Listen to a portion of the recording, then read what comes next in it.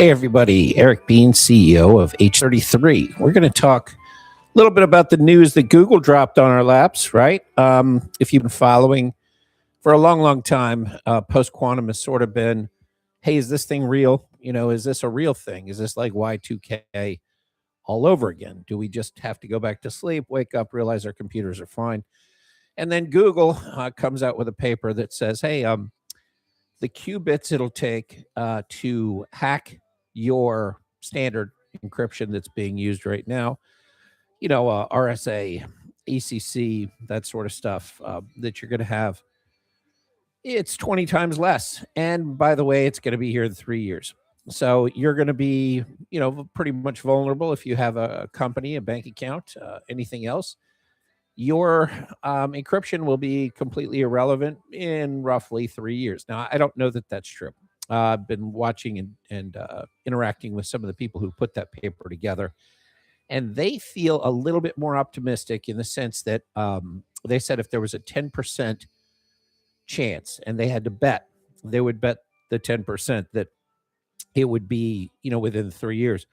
However, they wouldn't, you know, the 10% is kind of the right number, you know, meaning, in other words, in 3 years, it's probably more like 4, you know, maybe 5. But long story short, coming up very quickly. So the question then becomes, you know, A, how vulnerable are you? B, what are the solutions here?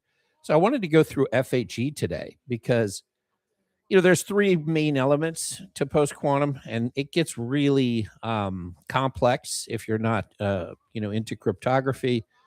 You know, so I wanted to kind of, you know, do this for people that aren't cryptographers, that would actually be interested in learning some of the basics of how this whole thing works. So FHE is really a series of polynomials within a ring. And, you know, without getting too geeky on that, a polynomial is just like 3x squared, you know, plus 5x plus 7. It's a math formula where x really doesn't mean anything. And then the ring is a set of things that you can add, multiply, and the result always stays inside the set. So in this case, you know, we're talking about post-quantum polynomials. It's going to get more nerdy than that, but in general, you're talking about a polynomial inside a ring. You know, that's the mathematical essence of FHE. And what does that mean? It means as you start to build this out and you start to sort of, you know, load in your math, that you can run, what's the best way to word this? You can actually run queries on data that you can't see.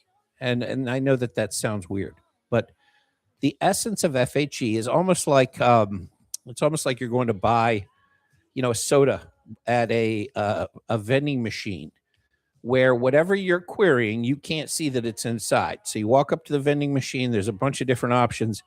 You say, you know, I'll take the, you know, the Pepsi, and you don't know that there's a Pepsi in there. You hit the Pepsi button and the Pepsi comes out. You haven't seen how many Pepsis there are. You haven't seen what other sodas are in there. You don't know how much money is in the machine. You know nothing about that machine except for that you asked for a Pepsi and the Pepsi came out. So that's kind of how FHE works, only with your data. So it'll encrypt your data to the point where, you know, you can run, if you have a key, if you have the ability to do so, and it's a mathematically administered key as opposed to your administrator going, Eric has access to be able to do X, Y, and Z and can't see A, B, and C. So if the administrator makes a mistake, or if there's a specific document that wasn't covered, next thing you know, I've got full access to Social Security numbers and I'm not supposed to. That sort of stuff is mathematically guaranteed and no longer in a trusted system. Trusted meaning you have an employee that is trusted with doing the right thing for that. So in this case, with FHE, it's really like you're pulling data from a set of information. You're pulling specific queries, but you don't see the data at all, which is really cool. So it's converting plain text to ciphertext. And for people out there, plain text is what you read. Ciphertext is what you can't read. It's gibberish to you and I, and to a hacker, more importantly. So as it sits in the actual database, it stays in there. Now, the one thing about FHE2 is because the polynomials can grow forever, you've got some issues with size, right? So if you have compounding math, eventually it can eat up a lot of space. So traditionally, post-quantum has been, sort of off the rails, meaning, hey, this is awesome. We can encrypt all our data. We can hide all our data. We can run reports on all our data, but nobody can see the data. That's like the holy grail for HIPAA, GDPR, keeping your company from being hijacked, keeping you from being hacked in every way, shape, or form. You could literally have a hacker have access to your database. They could download the entire database and they have nothing. That's the holy grail for anti-hacking. However, because it is a polynomial growing forever exponentially issue, it's had noise issues. And noise issues means that it's a heavy, heavy file and it makes things real slow. So you have to build in noise budgets when you're doing the multiplication because it'll just grow multiplicatively, which is not a word, but it'll just keep compounding is the right word. So that's kind of a quick and easy, non-nerdy, right? Didn't get too nerdy on that. I think everybody would be able to follow the essence for that. But how does it work? Well, there's different libraries for FHE. So right now, oh boy, there's a lot of companies that are going out there and they're selling the dream. They're like, FHE can do it all, baby. We can stop it all. Well, that's not the way it works. So each FHE library has strengths and has weaknesses. Now, if I had a gun to my head before I started H33 and said, hey, you have to pick one FHE library that will do everything, but it's not going to do everything real well. But, you only have one. I would have done TFHE, which is exactly what Zama did. They picked one library that doesn't do everything well, but that kind of packages them up in everything. The one I started with was BFE. The reason I started with BFE, it's for exact integers.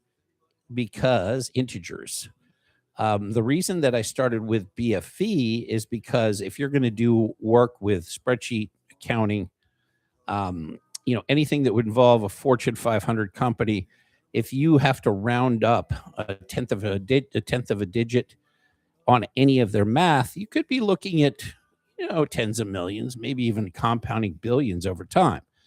So you can't be taking approximations with their mathematics. And I like exact science. So I went with BFE as the first one. That's the very first engine. It's a 128. Which is post-quantum. And then I said, okay, that's not going to do it all, right? Because it doesn't do floats natively. If your data is continuous, like facial features or vectors or machine learning scores, you have to quantize first, multiply the float by a scaling factor, round to the nearest integer, then encrypt it. Okay, you could do that, but it's not going to work fast, and it's not built for that. So I said, okay, that's not going to cut it.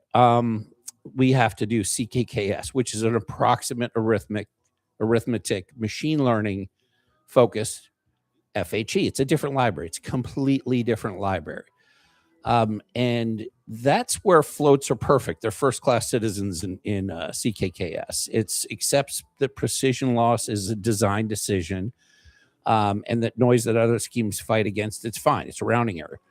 So it's perfect for machine learning inference, neural network layers, cosine similarities, dot products. They're all directly on ciphertext without the decryption. So it's absolutely flawless for machine learning. And with the way the world's going, if we don't have a machine learning FHE, how's that going to work? How am I going to go out to Fortune 500 company and say, hey, we have we can do your arithmetic, but we can't do your machine learning? They're going to want it all. So that was the part that would handle biometric feature vector math, floating point similarity scores between probe and enrolled templates. All that sort of stuff is done through the BKKS.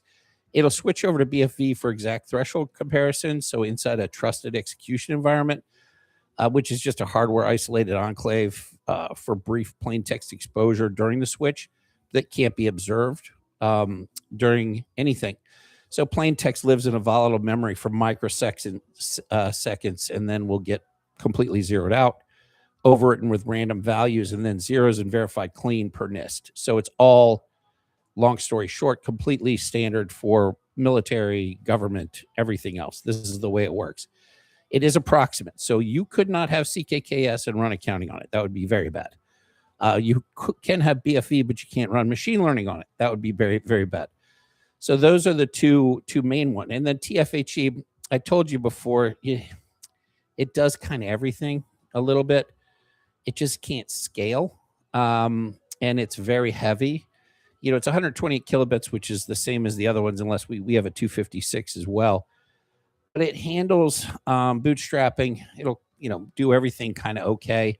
The problem is it can't scale. It's got to be run through GPUs to have any GPUs, which are expensive as can be.